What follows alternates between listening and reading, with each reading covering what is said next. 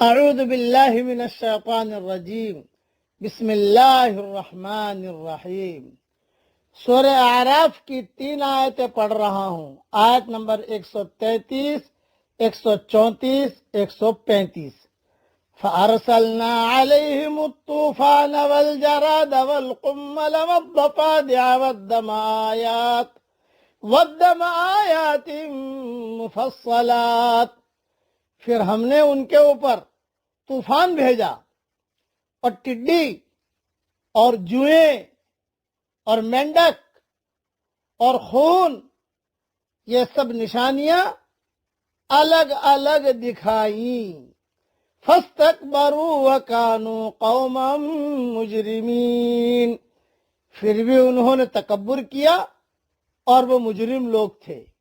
وَلَمَّا وَقَعَ عَلَيْهِمُ الرِّجْزُ قَالُوا يَا مُوسَى ادْعُ لَنَا رَبَّكَ بِمَا عَهِدَ عِندَكَ، اور جب ان پر کوئی عذاب پڑتا تو کہتے کہ اے موسیٰ، اپنے رب سے ہمارے لیے دعا کرو جس کا اس نے تم سے وعدہ کر رکھا ہے۔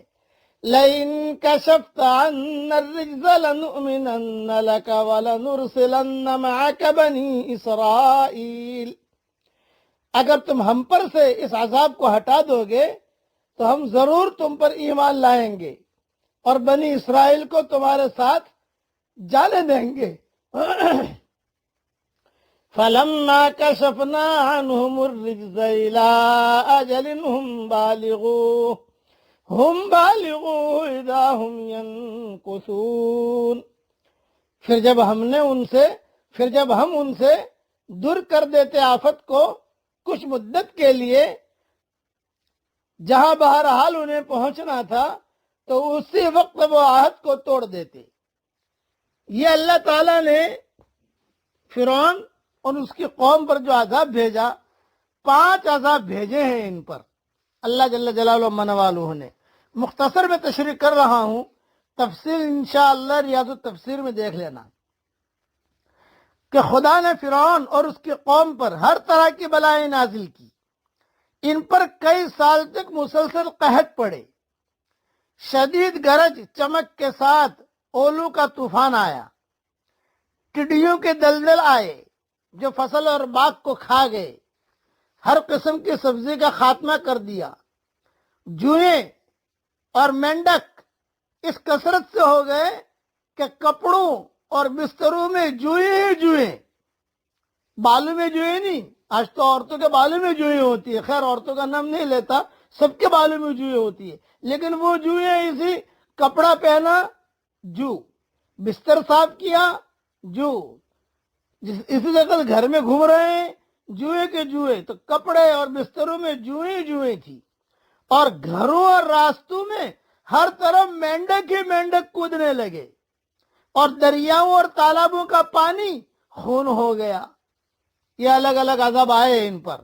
طوفان، فارسلنا علیہم الطوفان، اور ٹڈیاں، اور اس طریقے سے جوئیں اور خون، اور یہ سارے کے سارے جو ہیں یہ بھی عذاب آئے۔ 5 عذاب ہیں، آپ دیکھ لینا، طوفان، جراد، قمل، ضفادع، دم، یہ 5 عذاب ان پر آئے ہیں اس قوم کے اوپر۔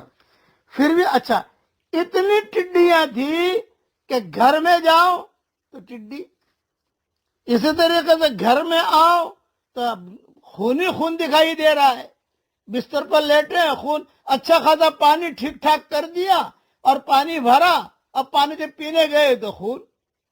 اسی سے کھانا کھایا، اب کھانا پکایا، سب کو تیار کر دیا، اس کے اندر جو جوئیں، وہ خون بن گیا۔ تو یہ حالات ان پر آئے تو موسیٰ علیہ السلام کے پاس آئے اور آ کر کہا کہ حضرت دعا کریں، تو ایک عذاب آتا، موسیٰ علیہ السلام دعا کر کے ہٹا لیتے، دوسرا عذاب آتا، موسیٰ علیہ السلام دعا کر کے ہٹا لیتے، یعنی ایک عذاب آتا تو اس سے تنگ آ کر موسیٰ علیہ السلام کے پاس آتے، ان کی دعا سے وہ ٹل جاتا، تو ایمان لانے کے بجائے پھر اس کفر و شرک پر جمے رہتے، پھر دوسرا عذاب آ جاتا، پھر اسی طرح کرتے۔ یوں کچھ وقفوں سے 5 عذاب ان پر آئے، لیکن ان کے دلوں میں جو رعونت اور دماغوں میں جو تکبر تھا، وہ حق کی راہ میں ان کے لیے زنجیر پا بنا رہا، اور اتنی واضح نشانیاں دیکھنے کے باوجود وہ ایمان کی دولت سے محروم ہی رہے۔ اس کو اللہ تعالیٰ نے قرآن میں بیان فرمایا ہے کہ ہم نے عذاب بھیجا تو کبھی کبھی یہ واقعہ خالی وہاں ہو گیا ہی نہیں، اللہ آج بھی ایسا کر سکتا ہے۔ کورونا وائرس کا ایک عذاب، پھر دوسرا عذاب، پھر تیسرا عذاب، اس کا اصل علاج یہ ہے کہ آدمی اللہ کی طرف رجوع کرے، فرعونیوں کی طرح اور اس قوم کی طرح نہ رہے۔ آدمی کو اپنے محفوظ حالت میں پا رہا ہو تو وہ طرح طرح کی باتیں بناتا ہے، مگر جب اس سے حفاظت چھین لی جائے اور اس کو عجز اور بے بسی کے مقام پر کھڑا کر دیا جائے تو اچانک وہ حقیقت پسند بن جاتا ہے۔ اب وہ بات خود ہی اس کی سمجھ میں آ جاتی ہے جو پہلے سمجھانے کے بعد بھی سمجھ میں نہیں آتی تھی، مگر انکار کی طاقت رکھتے ہوئے اقرار کرنے کا نام اقرار ہے۔ الفاظ چھن جانے کے بعد کوئی اقرار نہیں۔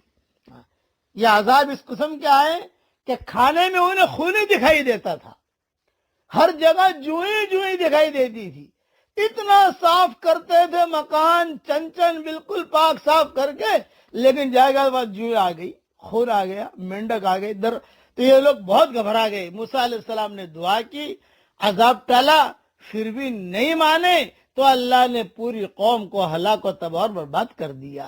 اس لیے ہم ساری دنیا کو دعوت دیتے ہیں، ہمارے ایک اللہ کی بڑائی کو تسلیم کر لو، اس کے احکامات کو پورا کرو۔ کرنے والا وہ ہے اللہ تعالی، ہمیں قدر کرنے کی توفیق عطا فرمائے اور اللہ کے احکامات کو پورا کرنے کی ہمیں اللہ توفیق عطا فرمائے۔ آمین۔ وآخر دعوانا ان الحمد للہ رب العالمین۔